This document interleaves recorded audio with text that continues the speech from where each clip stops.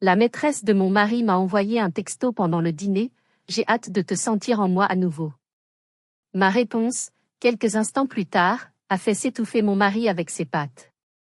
Il ne s'y attendait pas. Il ne savait pas que j'avais vu le message. Il ne savait pas que sa vie, que notre vie, venait d'exploser. Laissez-moi vous raconter comment tout est arrivé, comment j'ai découvert son horrible trahison, et ce que j'ai fait ensuite pour récupérer non seulement ma dignité, mais absolument tout ce qu'il pensait pouvoir me prendre. Bonjour à tous et merci de me rejoindre. Avant de plonger dans les détails sordides de cette histoire, j'aimerais savoir d'où vous m'écoutez. Je suis ici, près de Lyon, en France. Dites-moi dans les commentaires de quelle ville ou de quel pays vous êtes, et quelle heure il est chez vous. C'est incroyable de voir à quel point nos histoires peuvent se connecter à travers le monde. Maintenant, revenons à ce mercredi soir. Le tintement de nos fourchettes contre les assiettes en porcelaine était le seul son dans la salle à manger. Un silence lourd, pesant, qui était devenu notre nouvelle norme. J'étais assise en face d'Amaury, mon mari depuis 6 ans. Je le regardais, cherchant désespérément une étincelle de l'homme que j'avais épousé. Mais ses yeux, autrefois si vifs et pleins d'amour, évitaient les miens. Il fixait ses pattes, les enroulant autour de sa fourchette avec une urgence mécanique, comme si le simple fait de finir son assiette était une mission. Je me suis forcée à sourire. La journée a été difficile au bureau? Il a grogné une réponse inintelligible sans lever les yeux. Comme d'habitude. Stressant. Stressant. C'était le mot qu'il utilisait pour tout, ces derniers temps. Je mettais ça sur le compte de la pression. La pression de son travail dans la logistique de luxe, oui, mais surtout, notre pression. La pression que je nous mettais. Sur mon propre téléphone, posé à côté de mon assiette, l'application de suivi de fertilité affichait un petit cercle rose. Période fertile. Je soupirais intérieurement. Notre dernier cycle de FIV, 3 mois plus tôt, avait été un échec cuisant. Un échec qui m'avait laissé vide, et qui l'avait, lui, rendu distant et irritable. Je m'étais convaincue que nous faisions notre deuil différemment. Que son silence était sa façon de gérer la douleur. Quelle idiote naïve j'avais été. Il s'est levé brusquement, sa chaise raclant le parquet. Je vais chercher une autre bouteille de vin. Il est parti vers la cuisine. Et c'est là que c'est arrivé.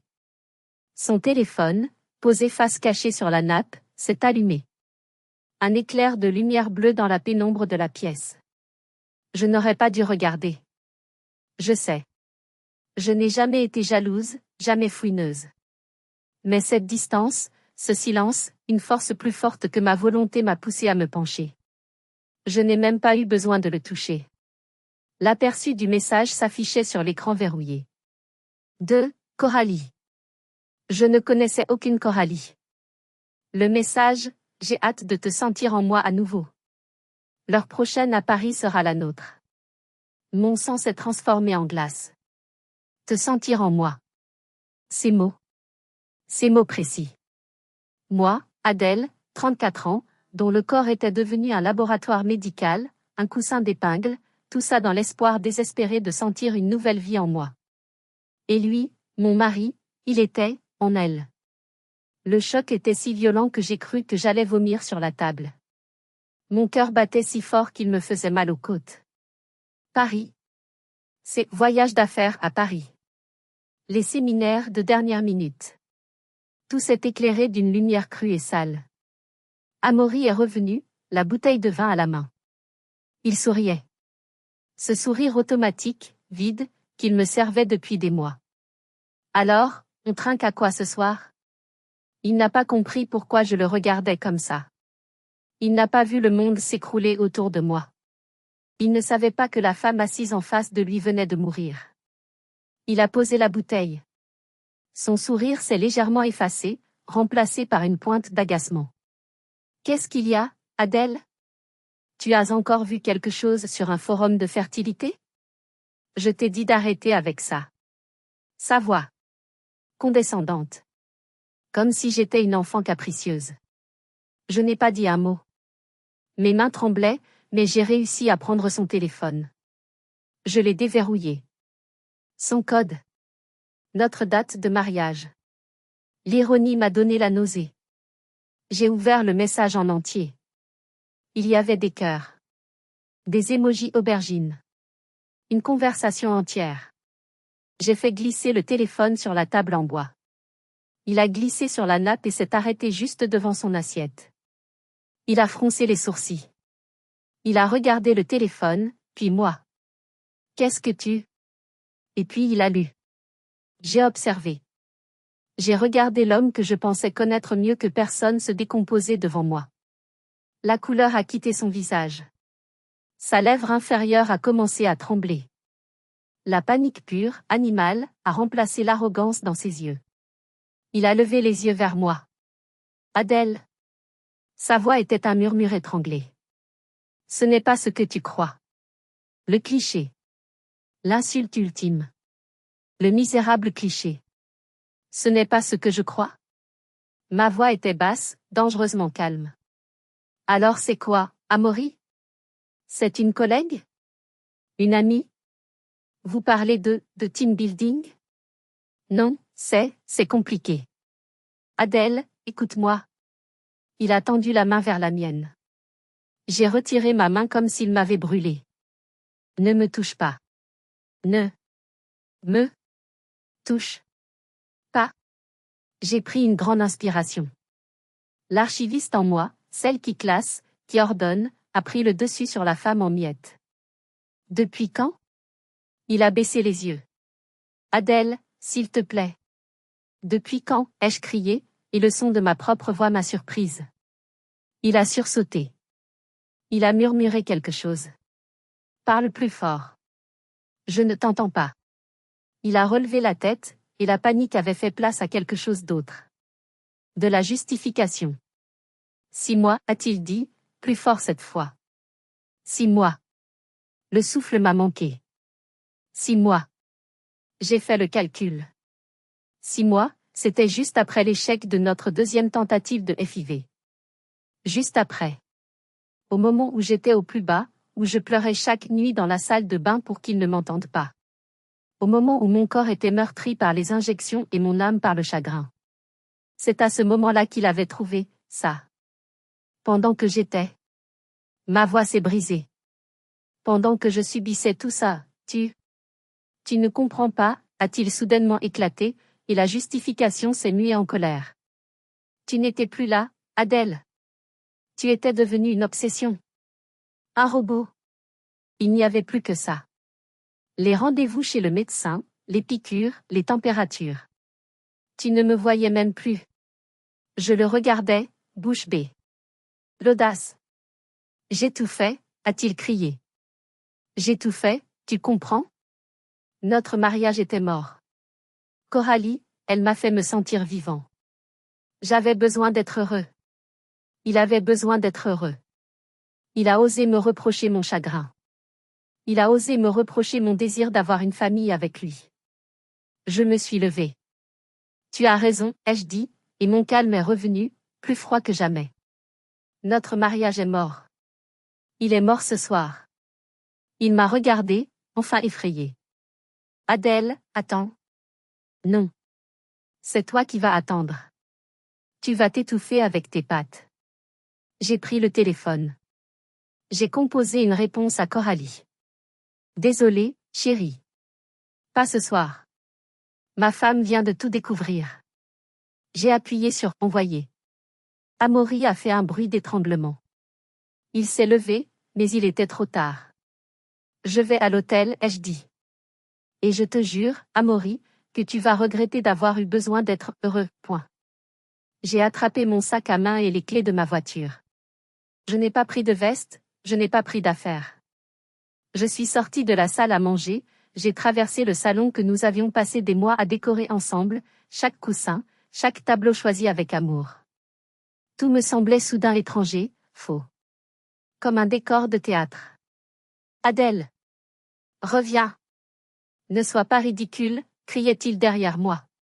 Ridicule. J'étais ridicule.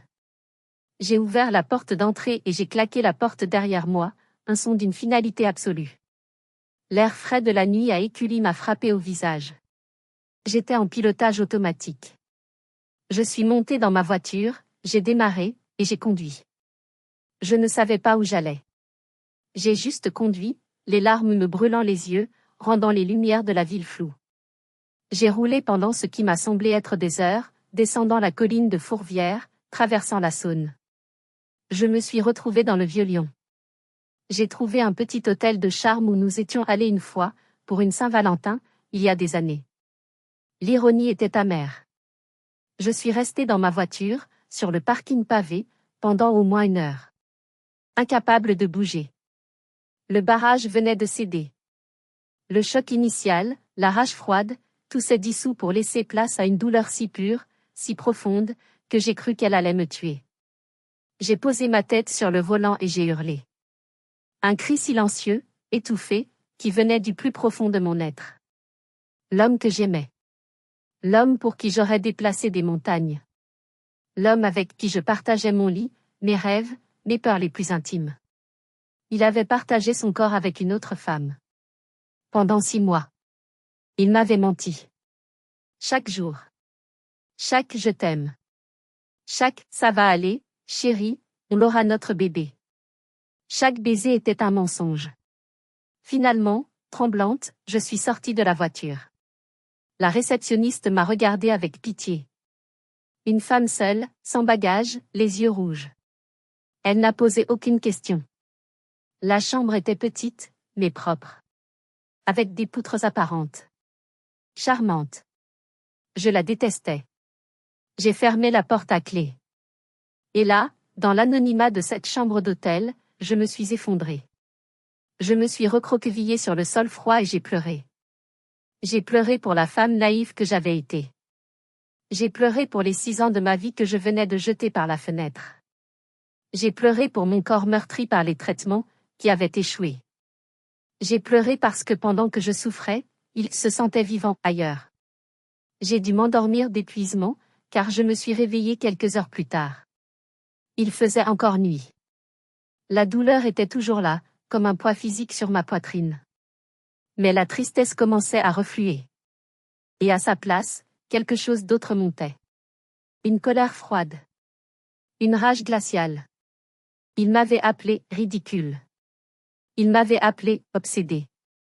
Il m'avait reproché mon chagrin. J'ai pris mon téléphone. J'avais besoin de savoir. J'avais besoin de tout savoir.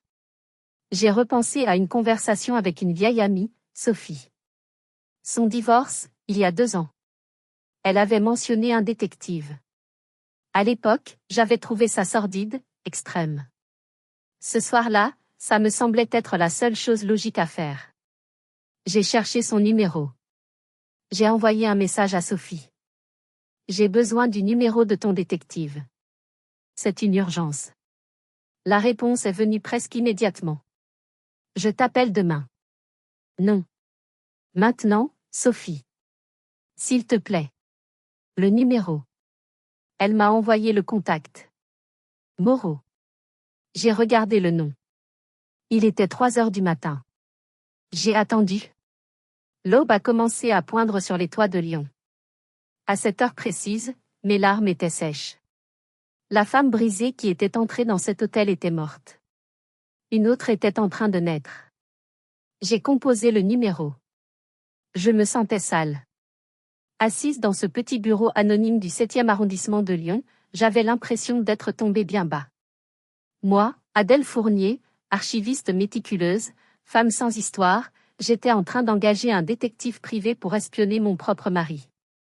Monsieur Moreau était un homme d'une 60aine d'années, grisonnant, avec des yeux qui semblaient avoir tout vu. Il n'a pas jugé. Il a simplement écouté. J'ai tout raconté. Le message. Les 6 mois. Le voyage à Paris. La FIV. Je veux tout savoir, ai-je dit, ma voix plus ferme que je ne l'aurais cru. Coralie. Les autres, s'il y en a. Et l'argent. Je veux savoir où va l'argent. Il a hoché la tête. C'est clair, Madame Fournier. Laissez-moi quelques jours. Ces quelques jours ont été un supplice. Je suis retournée à la maison. Amaury était parti. Ses affaires avaient disparu du dressing. Il y avait juste une note sur la table de la cuisine. J'ai pris ce dont j'avais besoin. Mon avocat te contactera. Pas d'excuses. Pas de remords. Juste une déclaration de guerre.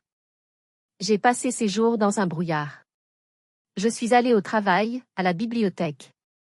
J'ai classé des archives. J'ai répondu à des demandes. L'ordre, la logique de mon travail, était la seule chose qui me maintenait à flot.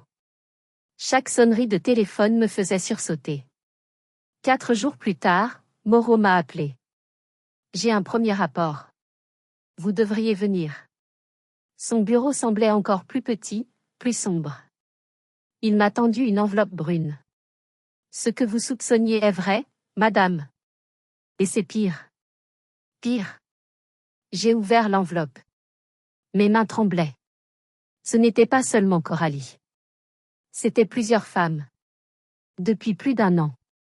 Moreau avait été incroyablement efficace. Il y avait des relevés de cartes de crédit. Des cartes de crédit dont j'ignorais l'existence. Des dîners dans des restaurants étoilés à Paris. Des week-ends à Deauville. Des achats de bijoux chez Cartier. Des sacs à main chez Chanel. Des choses qu'il ne m'avait jamais offertes, même pour nos anniversaires. Il me disait toujours qu'on devait faire attention, économiser pour la FIV. Et le pire. Le coup de grâce. Un compte bancaire secret. Un compte société au nom de son entreprise de logistique, mais qui semblait n'avoir aucune activité commerciale. Juste des transferts. Des transferts réguliers depuis notre compte joint que je pensais être notre compte d'épargne vers ce compte secret. Des dizaines de milliers d'euros. L'argent que je pensais mettre de côté pour notre avenir. Pour notre enfant. J'ai dû m'asseoir. Il ne se contentait pas de me tromper. Il me volait. Il volait notre avenir pour financer sa double vie. C'est à ce moment-là que la tristesse est morte pour de bon. Il n'y avait plus de place pour le chagrin. Seulement pour une rage froide, calculatrice. Qu'auriez-vous fait à ma place? Comment réagiriez-vous en découvrant que l'homme de votre vie n'est pas seulement un menteur, mais un voleur? Dites-moi dans les commentaires ce que vous auriez ressenti. Et Coralie, ai-je demandé, ma voix dure. Elle est la principale, dit Moreau. La plus régulière. J'ai son adresse. 48 heures de plus et je saurai tout sur elle. Il m'a appelé 2 jours plus tard. Coralie. 28 ans. Consultante en relations publiques. Elle vit dans un appartement magnifique dans le 6e arrondissement de Paris. Et devinez quoi? Le bail est au nom de la société d'Amaury. C'est sa garçonnière parisienne. Il paie son loyer, ses charges, tout. Il la logeait. Il lui avait créé un nid. Avec mon argent. Paris. Le 6e. Il fallait que je voie. Il fallait que je voie ce que j'avais payé. Je devais voir le visage de la femme qui couchait dans des draps achetés avec l'argent de mes larmes. Je n'ai pas pris le TGV. J'ai pris ma voiture. Le TGV aurait été trop rapide, trop clinique. J'avais besoin de temps. J'avais besoin de ces 450 kilomètres. J'avais besoin de ces 4h30 sur l'autoroute A6, seule avec mes pensées. J'ai quitté Lyon tôt le matin. La voiture filait. Mon esprit, lui, tournait en boucle. Ce n'était pas une décision impulsive. C'était une nécessité. Une compulsion. Je devais voir. Je devais comprendre. Chaque kilomètre qui défilait au compteur était un pas de plus loin de la femme que j'avais été. La femme naïve. La femme fragile, comme il me l'aurait sûrement décrite. J'ai repensé à notre vie. Les dîners tranquilles. Les week-ends à la campagne. Tout était un mensonge. Une façade. Pendant qu'il me tenait la main, il pensait à elle. Pendant qu'il me disait « Je t'aime », il planifiait son prochain voyage à Paris. La rage était mon carburant. Elle m'a gardé éveillée, alerte. Je n'ai pas mis de musique. Le seul son était le vrombissement du moteur et le martèlement de mes pensées. J'ai imaginé la scène. Qu'est-ce que j'allais lui dire? Qu'est-ce que j'allais faire? Je n'en avais aucune idée. Je savais juste qu'il fallait que je la voie. Je suis arrivée à Paris en fin de matinée. Le 6e arrondissement. Près du jardin du Luxembourg. Les rues étaient magnifiques. Les immeubles haussmanniens, majestueux. L'ironie était écœurante. Il m'avait emmené, moi, dans des petits hôtels de charme en Bourgogne. Elle avait droit au luxe parisien. J'ai trouvé l'immeuble. Imposant. Pierre de taille. Balcon en fer forgé. Mon cœur battait à tout rompre. Moreau m'avait donné le code de l'interphone. J'ai composé. J'ai retenu mon souffle. La porte a vrombie. Je suis entrée dans un hall en marbre. J'ai ignoré l'ascenseur en laiton et j'ai monté les escaliers recouverts d'un tapis rouge. 3e étage. Porte de droite. Une plaque en laiton, mais sans nom. J'ai sonné. J'ai attendu. Des secondes qui m'ont paru des heures. Des pas se sont approchés.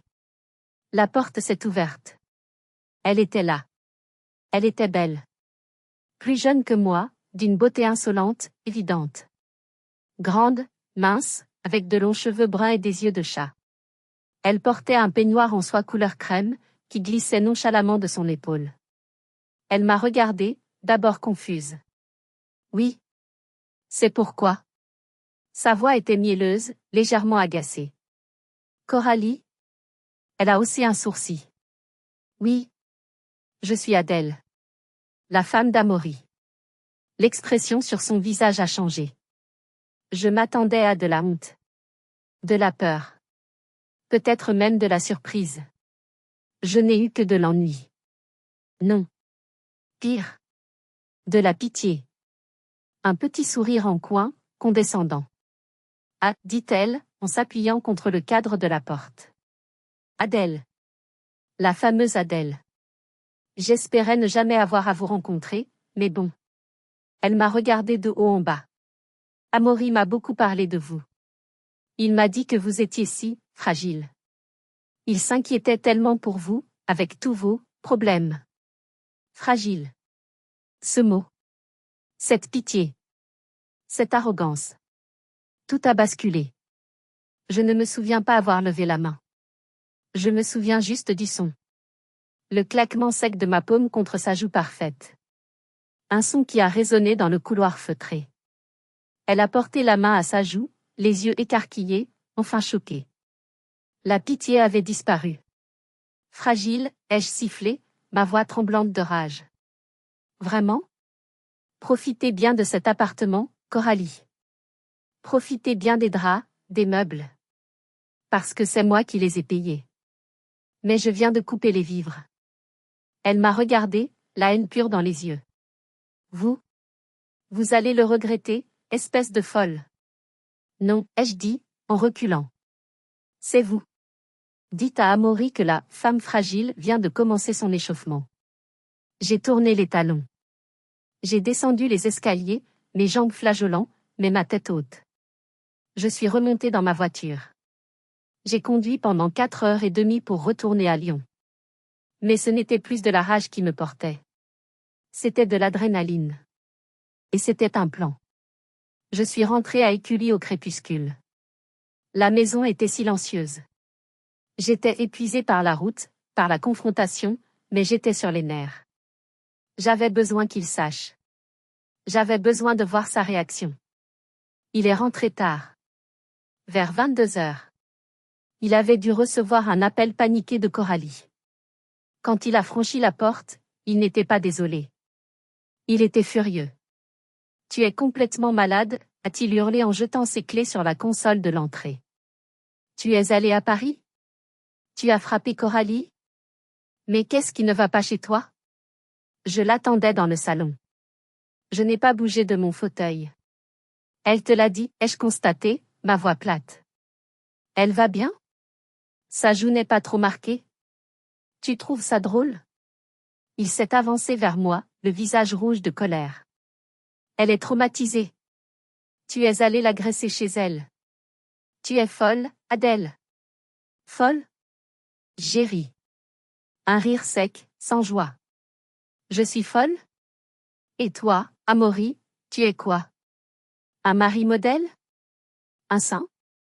J'ai fait une erreur, a-t-il crié. Non, ai-je dit en me levant. Une erreur, c'est une fois. Une erreur, c'est regretter. Toi, tu as construit une vie parallèle. Tu m'as volé. Tu m'as menti pendant plus d'1 an, pendant que je subissais le pire moment de ma vie. Je t'ai déjà dit ce que j'en pensais, a-t-il rétorqué, retrouvant son arrogance. Notre mariage était mort. Tu l'as tué avec ton obsession. Tu m'étouffais. Tu ne parlais que de ça, tu ne vivais que pour ça. Tu étais devenu un robot. Ce fut le mot de trop. L'obsession. Le robot. Un robot? Ma voix s'est brisée, mais pas de tristesse. De fureur. Un robot, Amaury? C'est comme ça que tu appelles une femme qui s'injecte des hormones 2 fois par jour? Qui passe son temps dans les salles d'attente des médecins? Dont le corps est couvert d'échymoses, dont l'esprit est épuisé, mais qui continue d'espérer, juste pour créer une famille? Notre famille? J'avançais vers lui à chaque mot. Il a reculé. Il n'avait jamais vu cette colère en moi.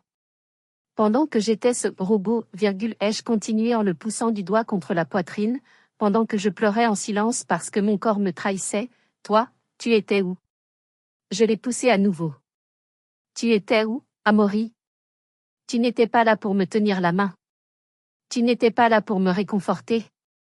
Tu étais en elle. Le mot a explosé dans le silence de la maison. Il m'a regardé, stupéfait. Il n'avait plus rien à dire. La vérité était là, laide et nue, entre nous. Il a attrapé sa mallette, le visage défait. Il a compris qu'il avait perdu le contrôle. Qu'il m'avait poussé trop loin. J'ai appelé mon avocat, a-t-il bafouillé, retrouvant un semblant d'autorité. Je veux le divorce. C'est fini.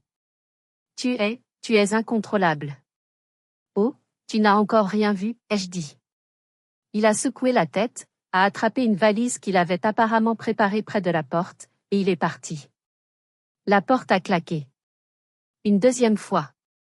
Cette fois, c'était lui qui partait. J'étais seule.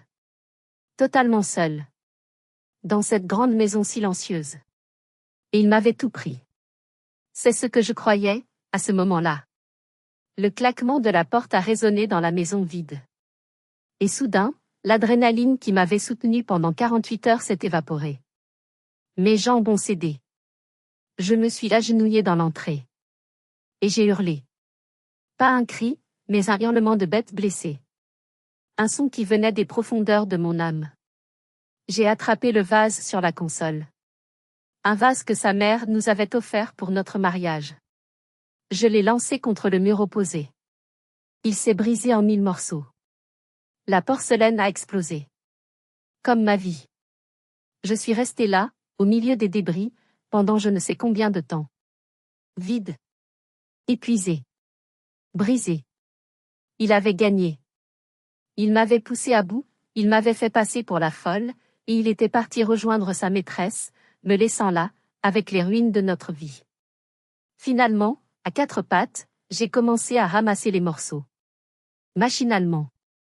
Un morceau après l'autre. Je me suis traînée jusqu'à mon bureau. Mon sanctuaire. Le seul endroit de la maison qui m'appartenait vraiment. C'est là que je travaillais à temps partiel pour la bibliothèque municipale de Lyon. Mon travail d'archiviste. Classifier. Ordonner. Mettre les choses à leur place. C'était tout ce dont j'avais besoin. J'avais besoin de mes papiers. Mes relevés bancaires. Mes bulletins de salaire. Mon contrat d'assurance. J'avais besoin de savoir où j'en étais. J'ai ouvert le tiroir du bas de mon grand classeur en métal. Une vieille boîte en carton, étiquetée « Maison, acte ». Je l'ai posée sur le bureau. Je l'ai ouverte. À l'intérieur, sous une pile de factures de rénovation, il y avait l'acte de vente. Le document officiel du notaire. Je l'ai parcouru, mes yeux scannant les termes juridiques que je n'avais jamais vraiment pris le temps de lire. Et c'est là que je l'ai vu. Noir sur blanc. Acquéreur, Madame Adèle Fournier, épouse Durand. Mon nom de jeune fille, suivi de mon nom d'épouse à l'époque. Vendeur, Je me suis arrêté. Acquéreur. Au singulier. Pas les époux Durand. Un souvenir m'est revenu, si puissant qu'il m'a coupé le souffle. C'était il y a 6 ans. Nous étions chez le notaire. Moi, Amaury, et mon père. Mon père, un homme pragmatique, un peu dur, qui était décédé il y a 5 ans. Je me suis souvenu de la conversation. Mon père, Adèle, je paie l'apport. C'est mon cadeau de mariage. Mais je veux que ce soit clair. La maison est à ton nom. Uniquement. Moi, gêné, regardant Amaury, mais papa, c'est notre maison. Amaury, souriant, magnanime, ne t'inquiète pas, chérie. Si ça fait plaisir à ton père, ça ne me pose aucun problème. Ce qui est à toi est à moi, et vice-versa, n'est-ce pas? Et mon père, qui n'avait pas souri. Il m'avait regardé droit dans les yeux. Adèle. C'est à ton nom. C'est comme ça. C'est ma condition. À l'époque, j'avais été agacée. J'avais trouvé mon père méfiant, vieux jeu. Je m'étais excusée auprès d'Amaury. Assise dans mon bureau, j'ai serré l'acte de vente contre ma poitrine. Et j'ai éclaté en sanglots. Mais cette fois, ce n'étaient pas des larmes de douleur. C'étaient des larmes de gratitude. Et de culpabilité. Pardon, papa, ai-je murmuré à la pièce vide. Pardon de ne pas t'avoir fait confiance. Tu avais raison. Tu avais toujours raison. La peur s'est évaporée. La peur panique d'être à la rue, d'avoir tout perdu. Il ne pouvait pas me prendre ma maison. Il ne pouvait pas me prendre l'héritage de mon père. La rage est revenue. Mais ce n'était plus la rage chaude de la confrontation. C'était une rage froide. Précise. Calculatrice. Amaury m'avait prise pour une idiote. Il m'avait volé, menti, humilié. Il avait sous-estimé la femme fragile. Il avait oublié qui était mon père. Et il avait oublié mon métier. Je suis archiviste. Je garde tout. Je classe tout. Il voulait la guerre? Il allait la voir. Mais il allait la avoir selon mes règles. Si vous êtes arrivé jusqu'ici, laissez un commentaire pour nous dire ce que vous auriez fait à la place d'OP. Vous pouvez aussi écrire simplement le chiffre 1 pour montrer que vous suivez encore. Et dites-nous, vous regardez cette histoire depuis quelle région ou quel pays? Le lundi suivant, à 9 heures précises, je n'ai pas appelé un avocat spécialisé dans les divorces à l'amiable. J'ai pris rendez-vous avec le meilleur, le plus cher, et le plus impitoyable avocat en droit de la famille de Lyon. Maître Valérie Blanchard. On la surnommait le requin. Elle était connue pour ne laisser que les os à la partie adverse. Son bureau, près du parc de la Tête d'Or, était luxueux, intimidant. Des murs lambrissés, des meubles anciens, une vue imprenable. Maître Blanchard elle-même était impeccable. Une femme d'une 50aine d'années, tailleur strict, regard d'acier. Elle m'a fait entrer. Madame Fournier. Vous avez 10 minutes pour me convaincre de prendre votre dossier. Je n'ai pas pleuré. Je n'ai pas raconté ma douleur. Je suis entrée dans son bureau comme une archiviste. J'avais passé tout le week-end à préparer. J'ai posé 3 classeurs sur son immense bureau en acajou. Des classeurs noirs, parfaitement étiquetés. Elle a haussé un sourcil. J'ai poussé le premier classeur vers elle. Classeur 1, preuve d'adultère. Section A, Coralie. Incluant les messages originaux, les photos, le contrat de location de son appartement parisien payé par le compte Société d'Amaury, et une estimation de ses frais de subsistance. Je lui ai poussé le deuxième. Classeur 2, preuve d'adultère, autre. Date, lieu, photo, et relevé de cartes de crédit correspondant pour au moins 3 autres femmes sur les 18 derniers mois. Et enfin, le troisième. Classeur 3, anomalie financière. Relevé du compte bancaire secret d'Amaury. Relevé de notre compte joint, avec surlignage de chaque transfert frauduleux. Évaluation des actifs dissipés, estimée à ce jour à plus de 70 000 euros. Maître Blanchard m'a regardé. Un long, long moment. Puis, pour la première fois, elle a souri. Ce n'était pas un sourire chaleureux. C'était un sourire de prédateur. Eh bien, Madame Fournier, dit-elle en ouvrant le premier classeur. Vous avez fait la moitié de mon travail. Et c'est la partie la plus amusante. Elle a feuilleté les documents, ses yeux s'aiguisant à chaque page. Elle s'est arrêtée sur le contrat de location. Magnifique. Détournement de fonds de l'entreprise. C'est du pénal, ça. Je ne veux pas le mettre en prison, ai-je dit, ma voix ferme. Je veux juste, ce qui m'est dû. Je veux qu'il paie. Pour chaque mensonge. Oh, ma chère, dit-elle, son sourire s'élargissant. Nous n'allons pas le mettre en prison. C'est désordonné. Nous allons le plumer. Nous allons utiliser la menace du pénal pour obtenir tout ce que nous voulons au civil. Elle s'est levée.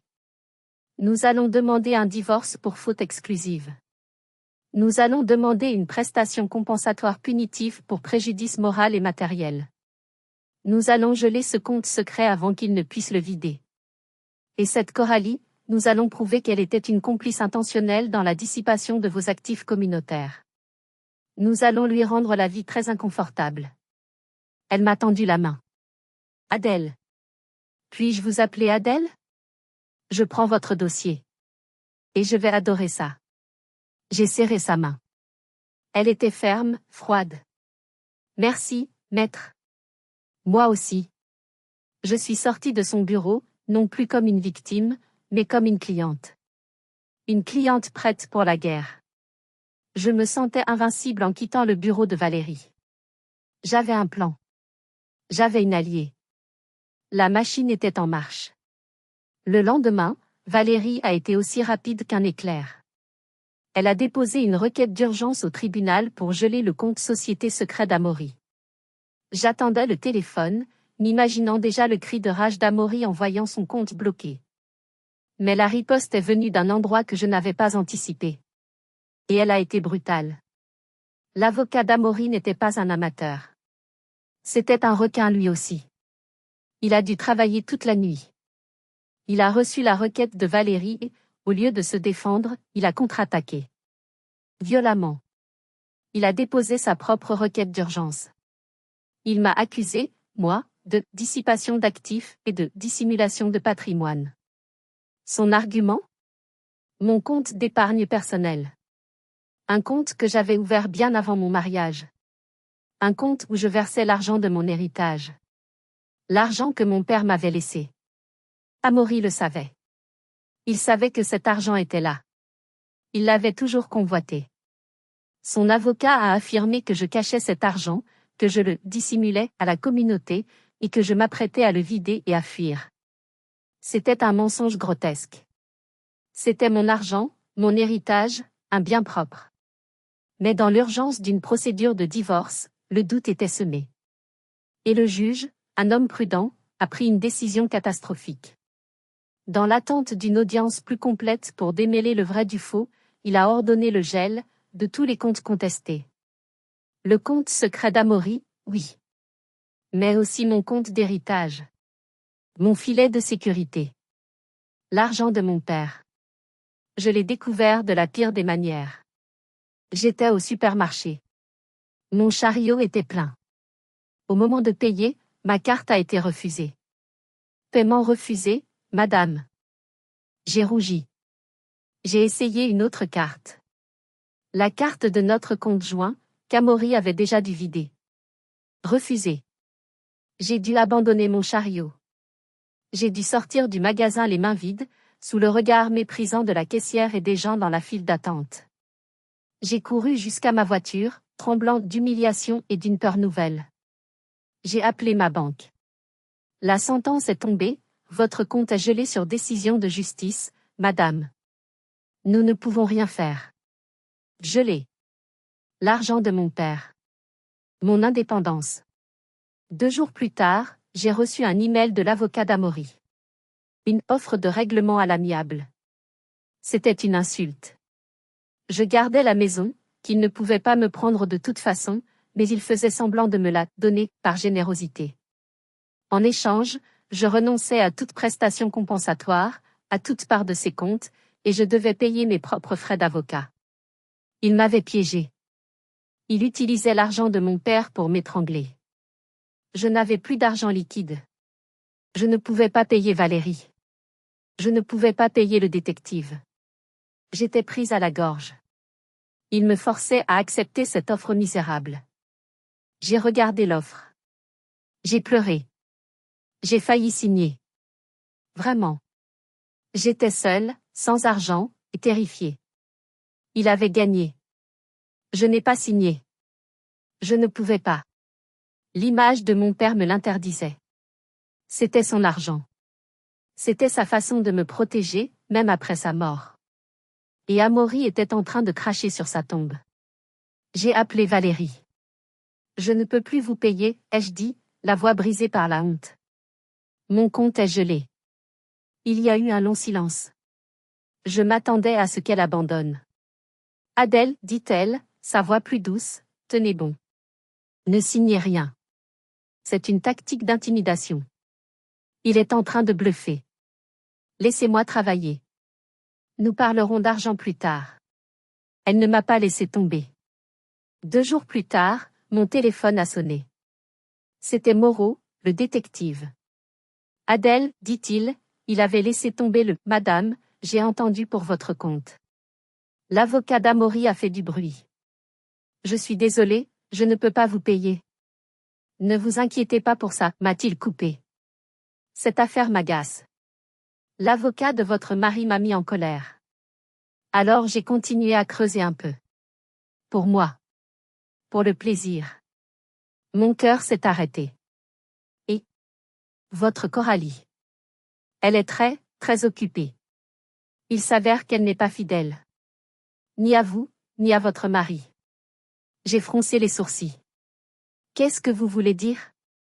Il s'avère, dit-il, et je pouvais entendre le sourire dans sa voix, qu'elle entretient aussi une relation très régulière avec un certain Bernard Gauthier. 62 ans. PDG d'un géant pharmaceutique. Marié, bien sûr. Très, très riche. Et très, très connu. J'ai retenu mon souffle. J'ai des photos, continua-t-il, d'elle entrant dans l'appartement privé de Gauthier, dans le 16e arrondissement. Un autre quartier, un autre bienfaiteur. Elle joue sur plusieurs tableaux, votre Coralie. Amaury n'est qu'un petit joueur à côté. Une bombe venait d'exploser dans mon cerveau. Bernard Gauthier. Je connaissais ce nom. Tout le monde à Paris connaissait ce nom. Sa femme, ai-je demandé, ma voix à murmure. Qui est sa femme? Béatrice Gauthier. Une figure de la haute société parisienne. Une femme qui contrôle tout. Très à cheval sur les apparences et la réputation de son mari. J'ai raccroché. J'ai immédiatement appelé Valérie.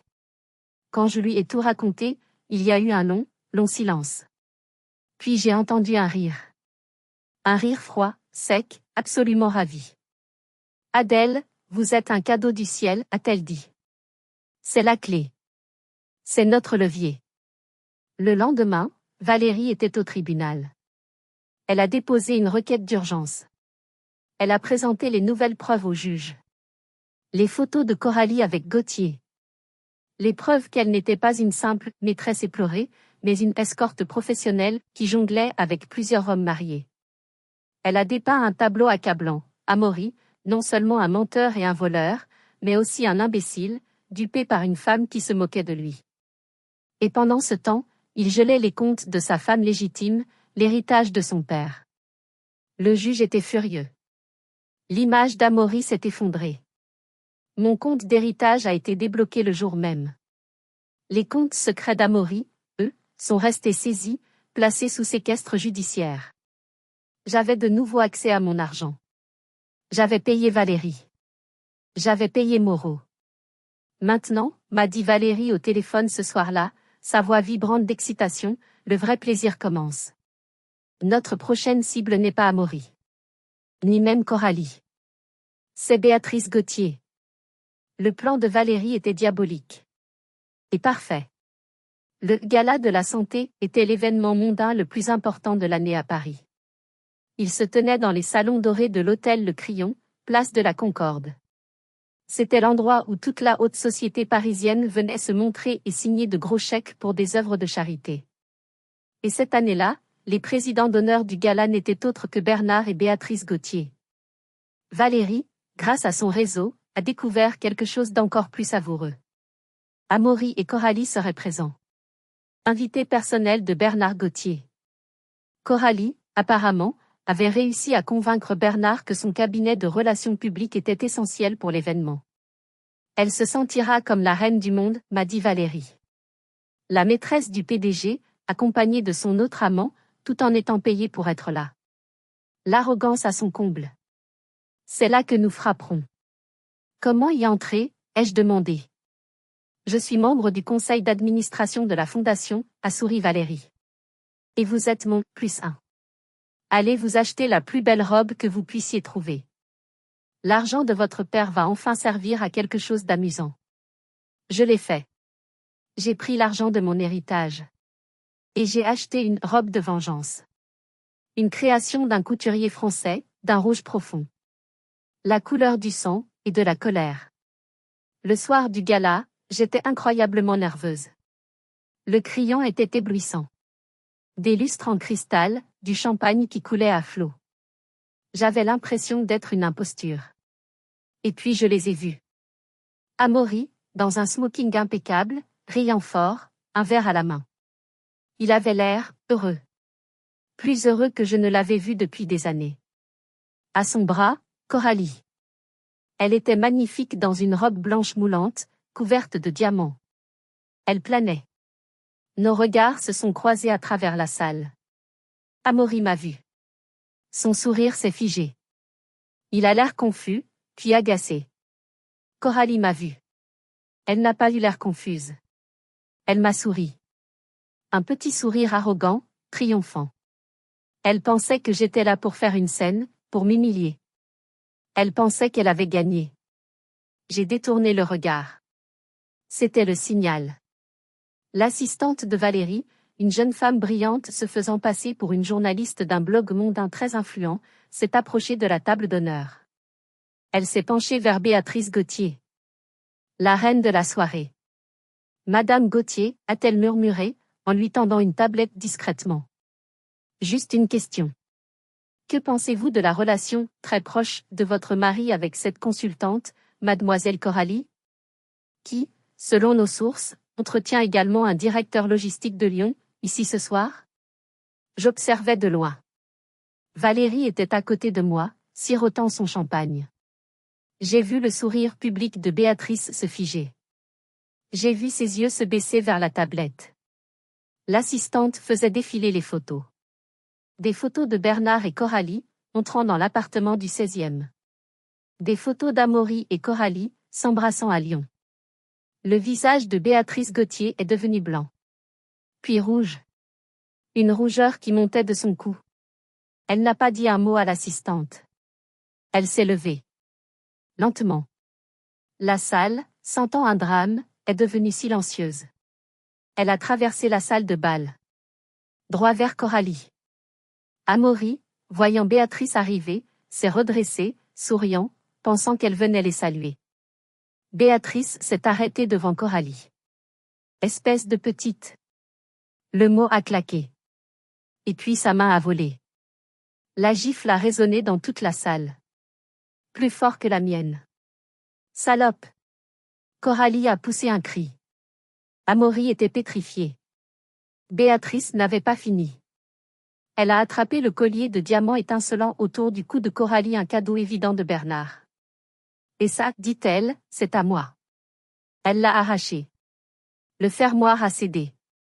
Les diamants se sont éparpillés sur le sol en marbre. Vous êtes viré, a sifflé Béatrice, le cabinet de Coralie travaillait pour l'entreprise de Bernard. Les flashs des photographes crépitaient. C'était la curée. Tout le monde filmait. Coralie, en larmes, humiliée, s'est enfuie de la salle de bal, bousculant les invités. Amaury était seul. Figé. Son visage passant de la confusion à l'horreur, puis à la compréhension. Il a compris qu'il n'était pas l'amant. Il n'était que l'imbécile. Le portefeuille d'appoint. Son regard a balayé la salle. Paniqué. Il m'a trouvé. Je me tenais dans un coin, ma robe rouge sang, mon verre de champagne à la main. Je l'ai regardé droit dans les yeux. Je n'ai pas souri. J'ai simplement levé mon verre, dans un simulacre de toast. Il a compris. Il a compris que c'était moi. Il a compris qu'il avait sous-estimé la femme fragile. Il a tourné les talons et a quitté la salle, ruiné, humilié, sa vie sociale et professionnelle terminée. Je n'avais jamais trouvé le champagne aussi délicieux. Les jours suivants ont été un feu d'artifice. Le scandale était partout. La bataille des maîtresses au crayon. Béatrice Gauthier démasque la double vie de son mari. Le nom de Coralie était ruiné. Le nom de Bernard Gauthier aussi. Et Amaury, par association, a été convoqué par son conseil d'administration. L'enquête sur le compte société utilisé pour loger Coralie a été rapide. Il a été licencié sur le champ pour faute grave et détournement de fonds. Notre dernière rencontre a eu lieu 2 semaines plus tard, dans le bureau de Maître Blanchard. Ce n'était plus une négociation. C'était une capitulation. Amaury est entré. Il avait vieilli de 10 ans en 10 jours. Son costume était froissé. Il n'était plus l'homme arrogant et sûr de lui. C'était une épave. Il s'est assis en face de moi. Il a pleuré. Des larmes silencieuses, pathétiques. Adèle, je suis désolé, a-t-il sangloté. Je ne sais pas ce qui m'a pris. J'ai tout gâché. J'ai été un imbécile. Un monstre. Je l'ai regardé, sans haine. Sans amour. Sans rien. Juste un vide froid.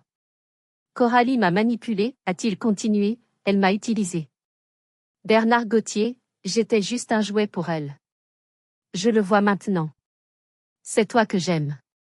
Ça a toujours été toi. Je t'en supplie. Pardonne-moi.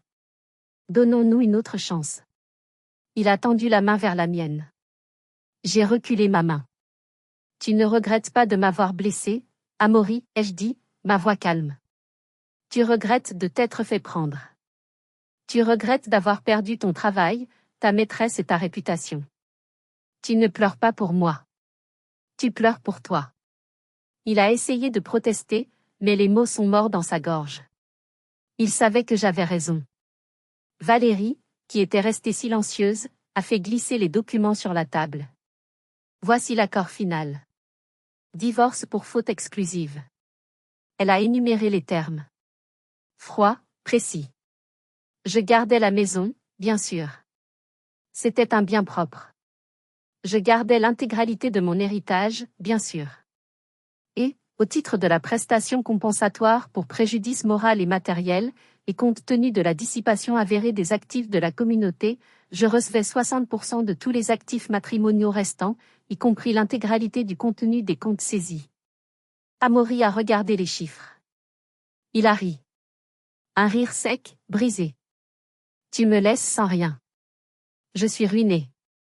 Je te laisse avec ce que tu mérites, ai-je répondu. Je te laisse avec les conséquences de tes actes.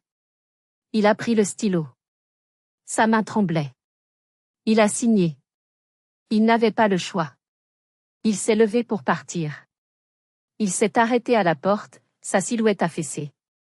Il s'est retourné une dernière fois. J'espère au moins que tu seras heureuse, Adèle. Vraiment. Je l'ai regardé une dernière fois. L'homme que j'avais aimé. L'homme qui m'avait détruite. Oh, je le serai, Amaury, ai-je dit. Et c'est drôle. J'ai fait un bilan de fertilité complet la semaine dernière. J'ai voulu vérifier, maintenant que tout ce stress était parti. Il m'a regardé, confus. Il s'avère que je n'ai aucun problème. Absolument aucun. Tout fonctionne parfaitement. Je l'ai regardé droit dans les yeux. Je crois que j'étais juste allergique à toi. Son visage s'est décomposé. C'était le coup de grâce. L'insulte finale. La vérité que j'avais gardée pour la fin. Il est parti. Et je ne l'ai jamais revu. J'étais enfin libre. 6 mois ont passé. La maison d'Écully était transformée. J'avais fait don de tous les meubles d'Amaury. J'avais repeint le salon, la salle à manger. Les couleurs sombres et lourdes qu'il aimait avaient disparu, remplacées par des blancs lumineux, des bleus doux, des touches de vert. C'était à nouveau ma maison. C'était la maison de mon père. Je me tenais devant une petite foule, dans une salle de réception élégante, près de la bibliothèque où je travaillais désormais à plein temps, en tant que responsable des archives. J'étais nerveuse, mais c'était une bonne nervosité. Une énergie. C'était le lancement de ma fondation. La lumière d'Adèle. Grâce au règlement du divorce qui était conséquent et à la vente de quelques actifs qu'Amaury avait cachés, j'avais un capital de départ. Et j'avais une mission. La trahison financière, dis-je à l'Assemblée, est une arme silencieuse. C'est une forme d'abus que beaucoup de femmes subissent sans même le savoir. C'est une façon de contrôler, d'humilier et de piéger quelqu'un dans une relation toxique. J'ai regardé les visages dans la salle. J'ai eu de la chance. J'ai eu la chance d'avoir un père prévoyant. J'ai eu la chance d'avoir les ressources pour me battre. J'ai expliqué la mission de la Fondation, fournir une aide juridique d'urgence et un soutien financier aux femmes piégées dans un divorce, dont les conjoints ont gelé les avoirs, caché les fonds, ou utilisé l'argent pour les abuser. Pour que personne n'ait à vivre la terreur que j'avais vécue. La peur de ne pas pouvoir acheter à manger. La peur de devoir signer un accord injuste juste pour survivre. Après le discours, les gens sont venus me féliciter, signer des chèques. Mon travail d'archiviste m'avait préparé à gérer les fonds avec une précision méticuleuse. Un homme s'est approché. Il avait une quarantaine d'années, des yeux vifs et un sourire doux, légèrement timide. Votre discours était puissant, madame, dit-il. Je m'appelle Étienne Lambert. Je dirige une organisation caritative pour l'éducation. Nous avons parlé. Il était intelligent, passionné. Il ne m'a pas regardé avec pitié, ni avec cette curiosité malsaine que j'avais vue chez tant d'autres. J'ai aussi vécu un divorce, destructeur, il y a quelques années, a-t-il avoué. J'ai reconnu ce regard que vous avez. Celui d'un survivant. Celui de quelqu'un qui a décidé de reconstruire. Il n'y avait pas de flirt. Il n'y avait pas de jeu. Juste une connexion. Un respect mutuel. Peut-être pourrions-nous en discuter davantage autour d'un café, monsieur Lambert, ai-je proposé. Nos fondations pourraient peut-être collaborer. Il a souri. Un vrai sourire. Avec grand plaisir, Adèle. J'ai souri aussi. Et pour la première fois depuis des années, c'était un sourire authentique, qui venait du cœur. Ma vie avec Amaury s'était terminée en cendres, dans le scandale et la douleur. Mais de ces cendres, j'avais construit quelque chose de nouveau. J'avais trouvé un but. J'avais trouvé ma propre lumière. Merci d'avoir été avec moi tout au long de cette histoire. La trahison a failli me détruire, mais elle m'a aussi forgé. Elle m'a révélé une force que j'ignorais posséder. Si vous, ou quelqu'un de votre entourage, avez transformé votre plus grande douleur en votre plus grande force, si vous avez dû vous battre pour récupérer votre vie, partagez votre histoire dans les commentaires. Votre expérience compte. Votre voix est précieuse. N'oubliez pas de liker cette vidéo si vous avez apprécié ma revanche, et de vous abonner à la chaîne pour plus d'histoires sur le pouvoir incroyable de la résilience. Et souvenez-vous. Peu importe à quel point la nuit est sombre. Ne laissez jamais, jamais personne éteindre votre lumière.